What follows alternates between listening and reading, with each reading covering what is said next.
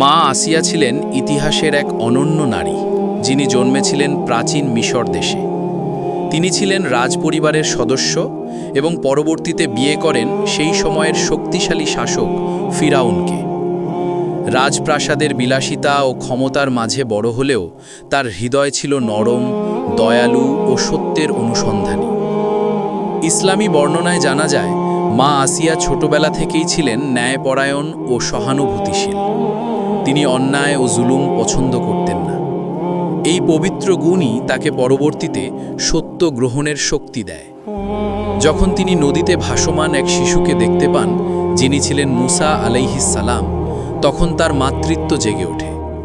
তিনি শিশুটিকে দত্তক নেন এবং নিজের সন্তান হিসেবে লালন পালন করেন। মা আসিয়ার জন্ম শুধু একটি সাধারণ ঘটনার সূচনা নয়, বরং এটি ছিল এমন এক নারীর আগমন, যিনি ঈমান, সাহস ও আত্মত্যাগের এক উজ্জ্বল দৃষ্টান্ত হয়ে থাকবেন কিয়ামত পর্যন্ত।